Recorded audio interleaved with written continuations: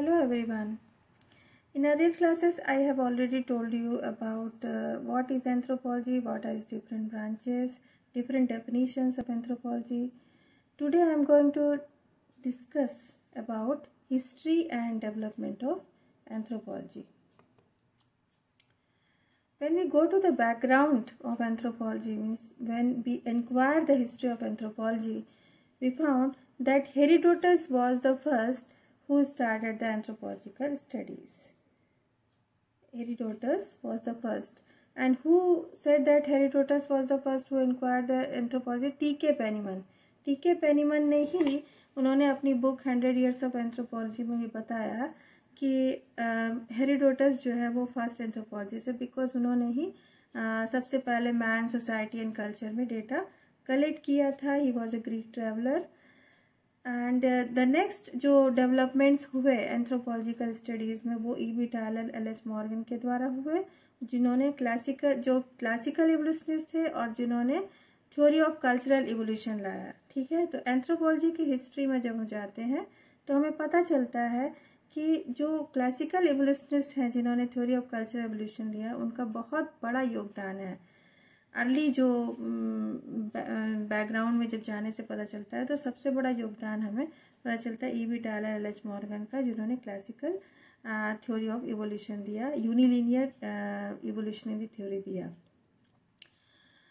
ऐसा माना जाता है कि जो टायलर एंड मॉर्गन की थ्योरी ऑफ कल्चरल इवोल्यूशन है वो प्रभावित हुई थी Darwin theory of biological evolution से. और डार्विन ने अपनी जो थ्योरी ऑफ बायोलॉजिकल इवोल्यूशन दिया इन his book origin of species, वो था 1859 में. 1859 में he gave his theory of biological evolution in his book origin of species. But Taggart was also anthropologist and he said that नहीं, उन्होंने कहा कि anthropological जो background theory of cultural evolution का है वो इंडिपेंडेंट है. मीन्स जो टायलर एंड मॉर्गन की थ्योरी ऑफ कल्चरल इवोल्यूशन है वो इंडिपेंडेंटली दी गई है, वो इन्फ्लुएंस नहीं है थ्योरी ऑफ बायोलॉजिकल इवोल्यूशन जो कि डार्विन ने दी थी. ऐसा माना है. पर दूसरे एंथ्रोपोलॉजिस्ट का कहना है कि नहीं, डार्विन की थ्योरी ऑफ बायोलॉजिकल इवोल्यूशन से ही प्रभावित होकर टायलर एंड मॉर्गन ने 1861 में टायलर ने जो सबसे पहले मैक्सिकन की स्टडी की, फिर 1871 में उन्होंने प्रिमिटिव कल्चर दिया और बीच में उन्होंने और भी कल्चरल स्टेजेस की बात की थी कि कैसे कल्चर प्रोग्रेस करता है from simple to complex, from savagery to barbarism to civilisation. Different stages की बात की उन्होंने. रिलीजन में भी इवोल्यूशनरी स्टेजेस बताई. तो इस तरह कल्चरल इवोल्यूशन की थ्योरी आई सामने, जो कि एक बहुत बड़ा योगदान माना जाता है अर्ली एंथ्रोपोलॉजी में.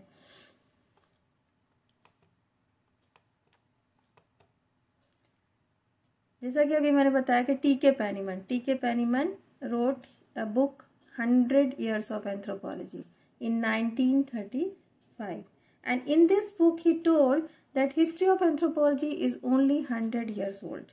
उन्होंने बताया कि सिर्फ 100 साल पुराना ही है हिस्ट्री ऑफ एंथ्रोपोलॉजी, जब उन्होंने बुक लिखी थी 1935 में. इसका मतलब कि उन्होंने 1835 के पहले की बात की.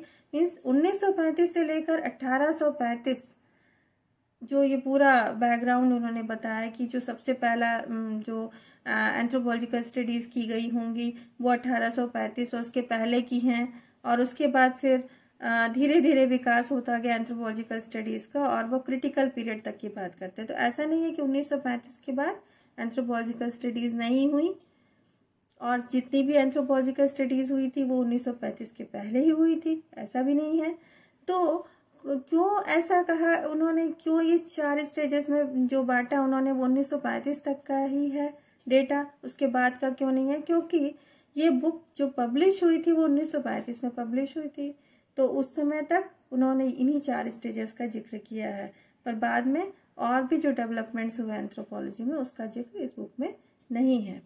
तो टी.के. पेनीमन के अनुसार चलेंगे तो सबसे पहला उनका है फॉर्मुलरी पीरियड या फॉर्मुलेटरी पीरियड भी कह सकते हैं.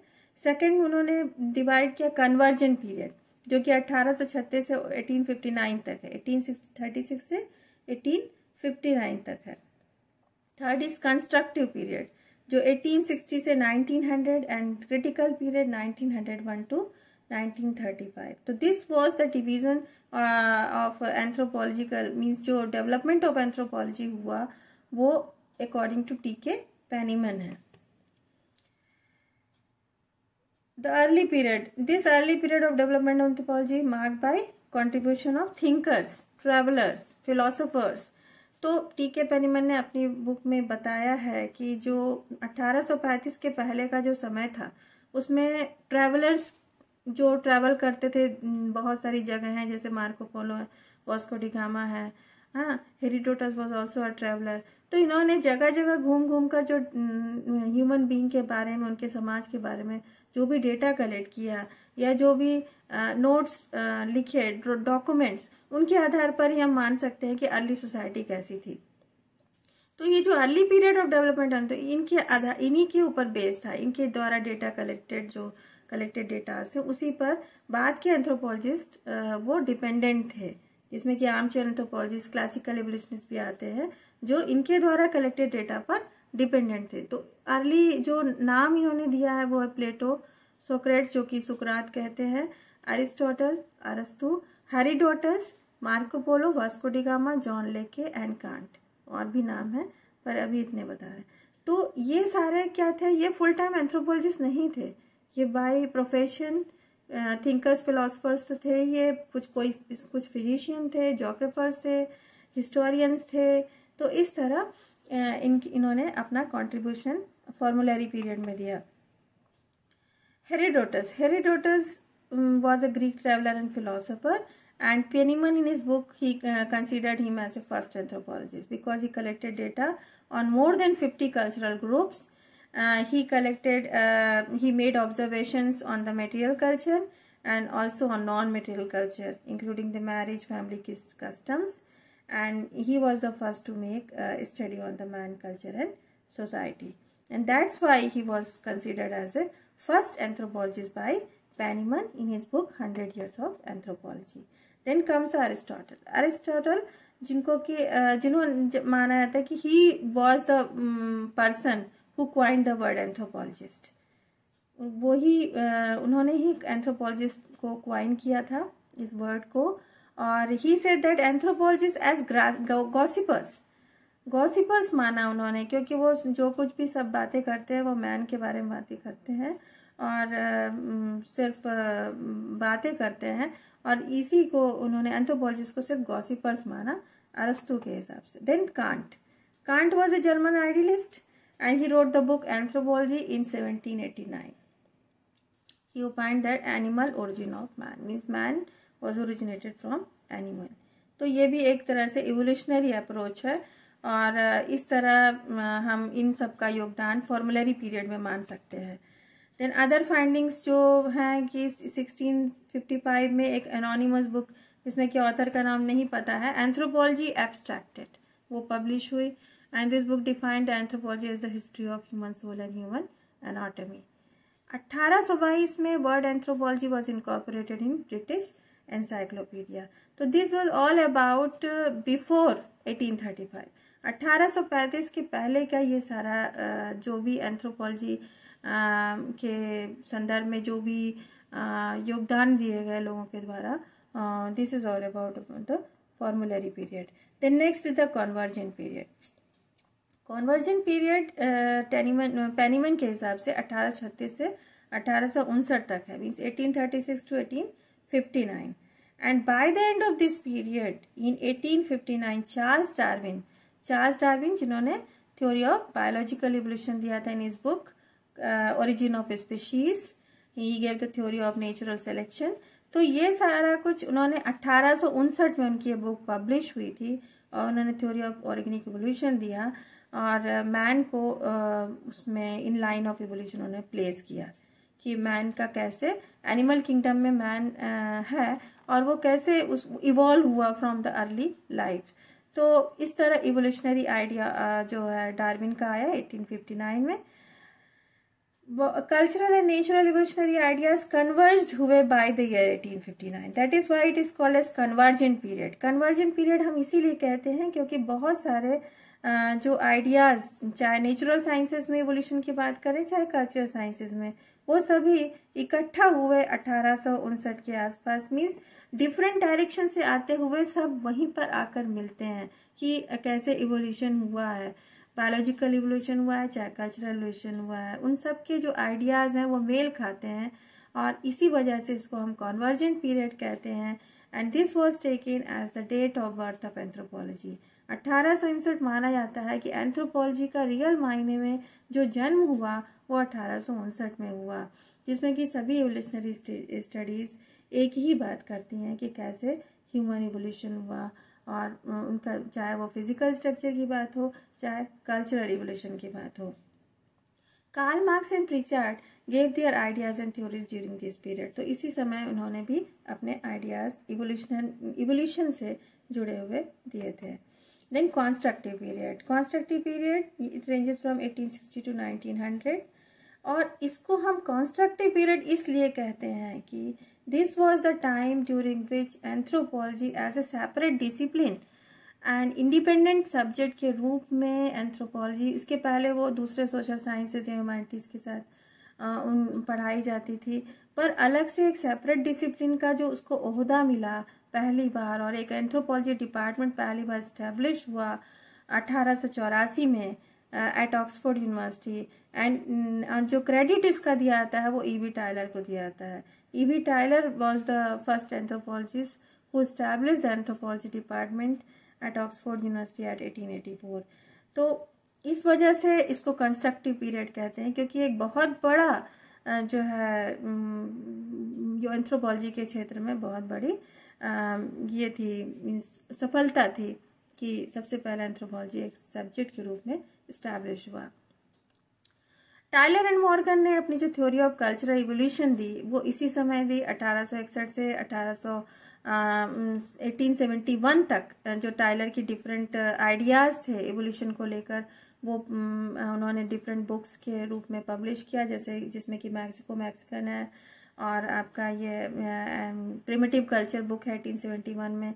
तो इस तरह उन्होंने डिफरेंट आइडियाज। इसी तरह मॉर्गन ने भी 1851 में अपना वो लीग ऑफ इरोकीज लिखा था, और उसके बाद एंशियंट सोसाइटी जो उनकी बुक आती है 1877 में। तो इस तरह उन्होंने कल्चरल इवोल्यूशन की जो बात की वो इसी दौरान की। देन फील्ड वर्क ट्रेडिशन जो एक बहुत बड़ा शुरुआत मानी जाएगी कि एंथ्रोपोलॉजी जिसके बारे बिना अधूरी है, क्योंकि जो इसके पहले के एंथ्रोपोलॉजिस्ट है जिसमें टायलर मॉर्गन और दूसरे क्लासिकल इवोल्यूशनिस्ट की हम बात करते हैं, वो सब आर्मचेयर एंथ्रोपोलॉजिस्ट थे।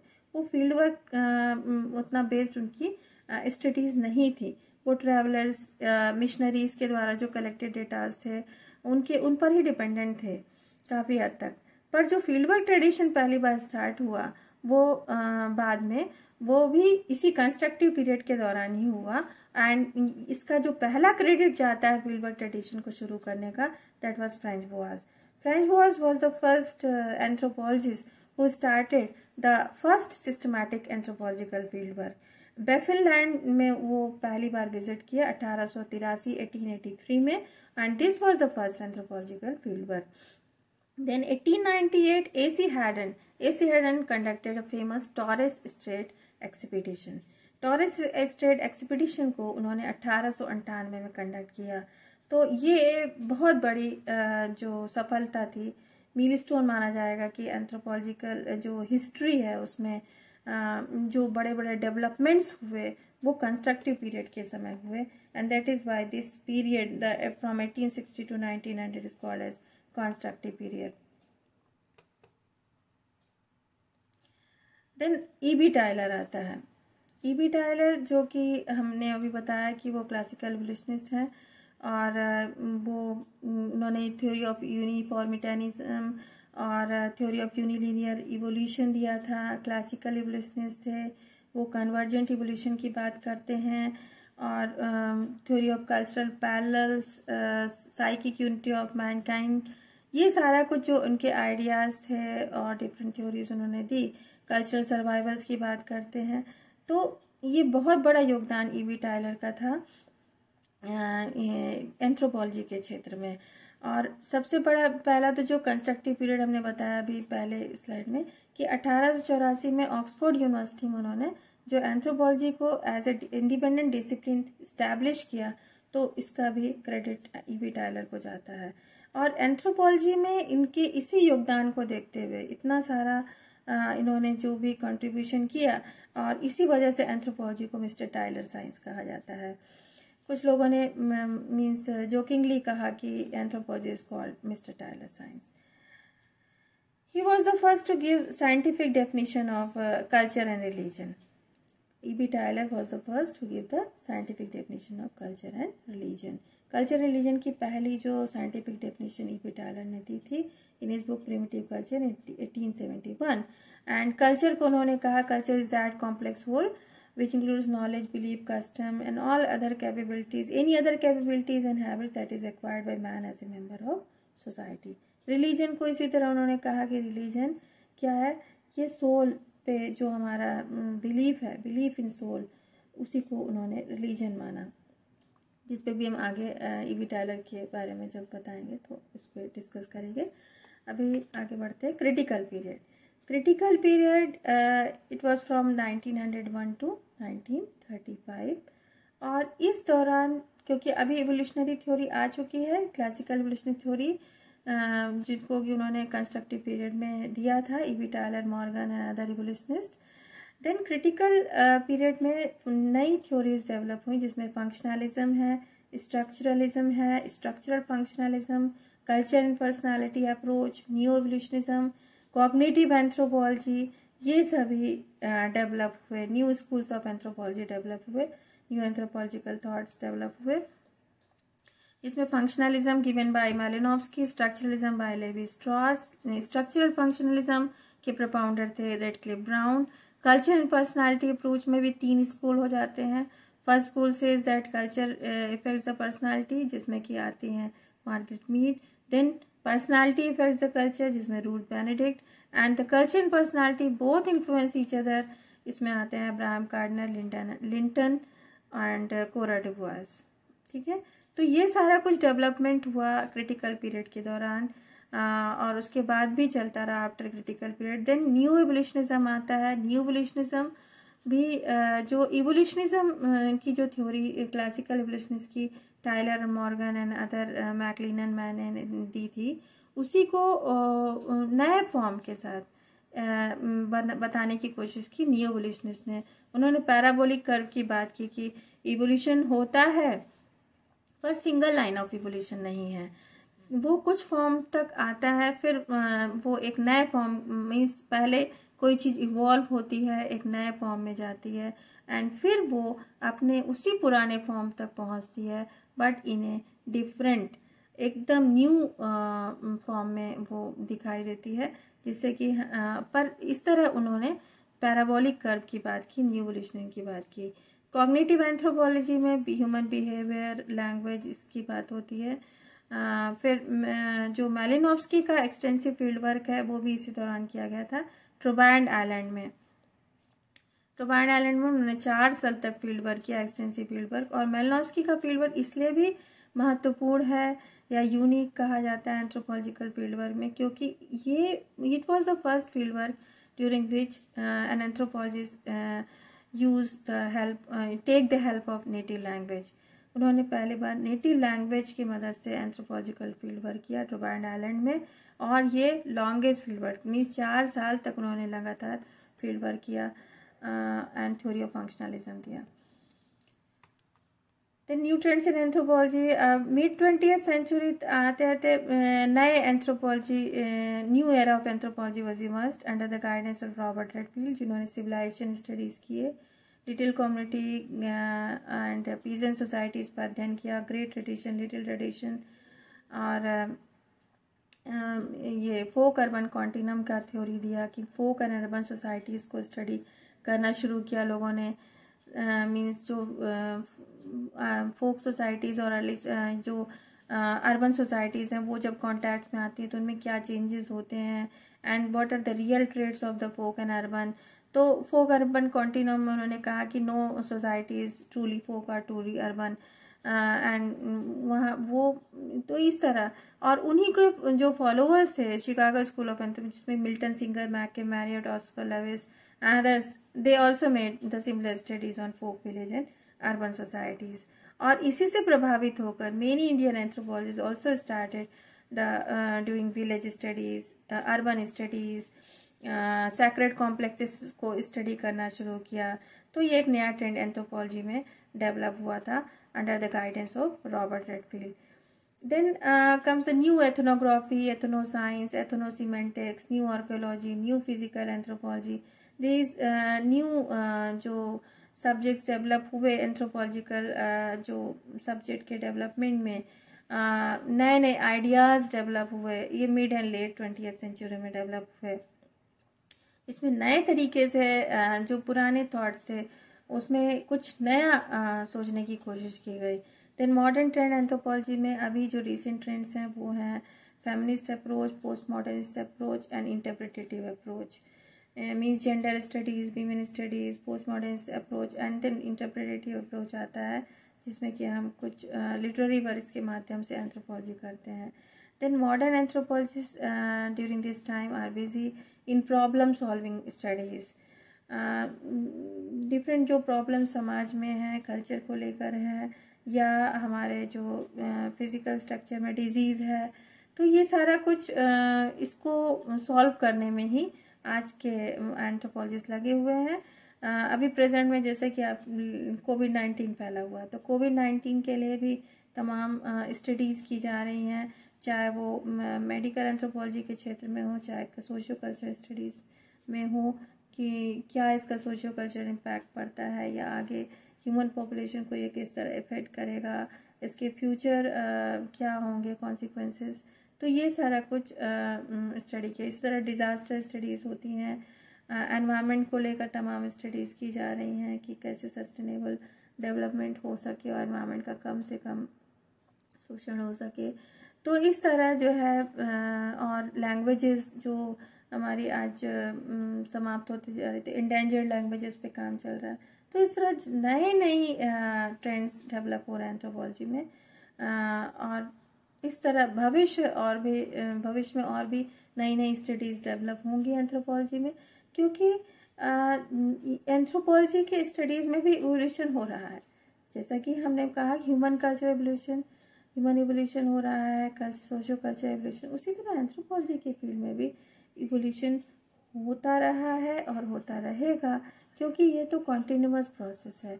जैसे जैसे समाज बदलेगा, कल्चर बदलेगा, हमारा सोचने का तरीका बदलेगा, ह्यूमन बिहेवियर बदलेगा, तो नई नई रिसर्चेस होती रहेंगी एंथ्रोपोलॉजिकल फील्ड में।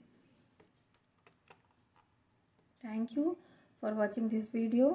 Please subscribe, like and share. And आप कमेंट सेक्शन में जो भी आपको क्वेरी हो, क्वेश्चन हो, वो आप पूछ सकते हैं, या कोई सजेशन हो, आपका वैल्यूएबल सजेशन बहुत मायने रखता है, तो प्लीज़ आप अपने कमेंट्स और वैल्यूएबल सजेशंस कमेंट बॉक्स में दीजिएगा, और आगे भी और वीडियोस देखते रहिएगा। जो कमिंग वीडियो होगा वो इंडियन एंथ्रोपोलॉजी में क्या डेवलपमेंट्स हुए उस पर होगा। थैंक यू, धन्यवाद।